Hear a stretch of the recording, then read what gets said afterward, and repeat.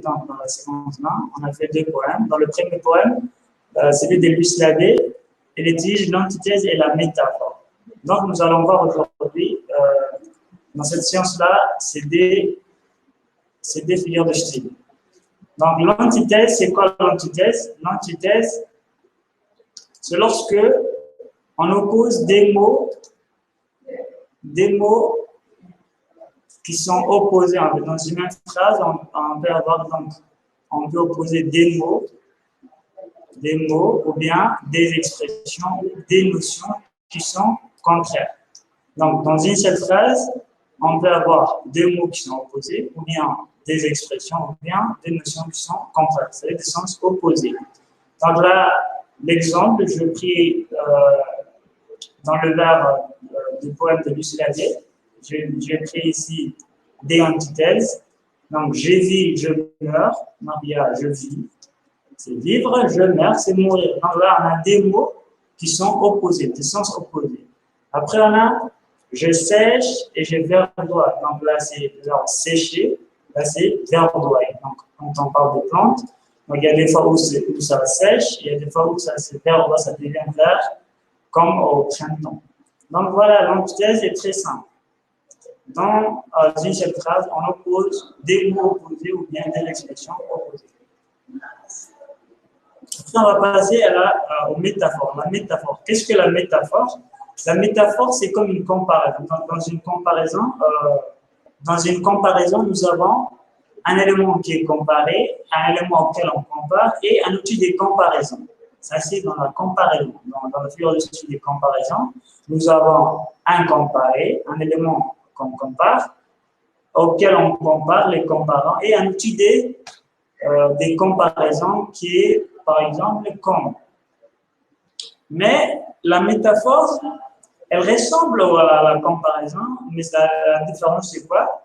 Dans la métaphore, on met en relation des éléments, un qui est comparé et un comparant, mais sans outil de comparaison. Là, on n'a pas d'outil de comparaison.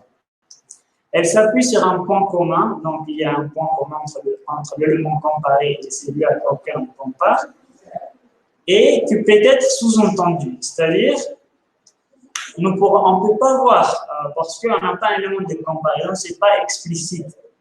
Souvent, c'est implicite. Regardez dans cet exemple-là. La jeunesse est le printemps de la vie. La jeunesse est le printemps de la vie. Ici, si on avait une comparaison, on aurait dû savoir lequel est comparé auquel, et grâce à l'outil de comparaison qui est entre le deux. Mais si on n'a pas d'outil, on dit que la jeunesse est le printemps de la vie. Donc, qu'est-ce qu'on compare ici? Ici, on compare la jeunesse. Donc, la jeunesse, c'est les comparés. Donc, le comparé, c'est la jeunesse. On compare à quoi? On compare au printemps. Donc, les comparants, c'est le printemps. Donc là, le point commun est sous-entendu. Quel est le point commun ici qu'on peut dégager à partir de la compréhension de la phrase? C'est le commencement. Comment ça? Donc la jeunesse, c'est dans la vie, donc un jeune, un adolescent, c'est là où il commence à vivre. Donc au début, c'est un enfant, il ne connaît rien de la vie. Mais arrivé à l'âge de l'adolescence, quand tu es jeune, c'est là qu'il commence à sa vie, il commence à vivre, c'est le commencement. C'est le début de sa vie. Et pour le printemps, c'est pour les saisons. Donc, nous avons les 4 saisons. Donc, parmi les 4 saisons, il y a le printemps. Pourquoi le printemps et le commencement? Parce que au printemps, qu'est-ce qui se passe? Au printemps, il y a la pluie, il y a les plantations qui deviennent vertes. Donc, il y a tout. On dirait que la nature, elle se renouvelle au printemps. Donc, elle commence à vivre. C'est-à-dire qu'il y a les plantes qui deviennent vertes, il y a la pluie, il y a des ruisseaux. Donc, c'est le commencement, on dirait que c'est le commencement de la nature. Donc, ici, c'est le point commun qui est sous-entendu. Ici, c'est le commencement. Donc, les comparer, c'est la jeunesse. On compare au printemps. Le point commun ici, qui n'est pas visible, qui est sous-entendu, implicite, c'est le commencement. Donc là, on va revenir vers le poème que j'ai mentionné, le poème de Luce Labbé. qu'on a vu la dernière fois dans la séance précédente. Donc, voici le poème de Louis Labbé. Là, donc, je vais vous écrire au tableau l'exercice que vous allez faire.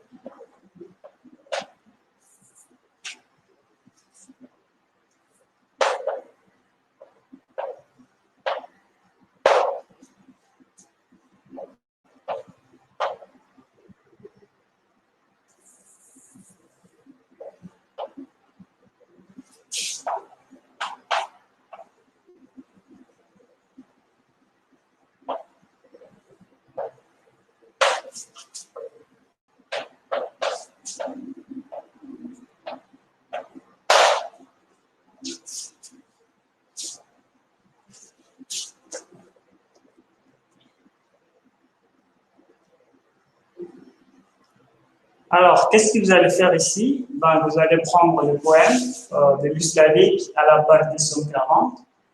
Donc, la première question, c'est relever les antithèses.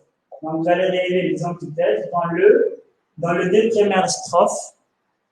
Dans les deux premières strophes, voici les deux premières strophes qui sont ici. Donc, je vais afficher sur l'écran. Après, vous allez relever une métaphore dans la deuxième strophe. Donc, voici la deuxième strophe. C'est ici.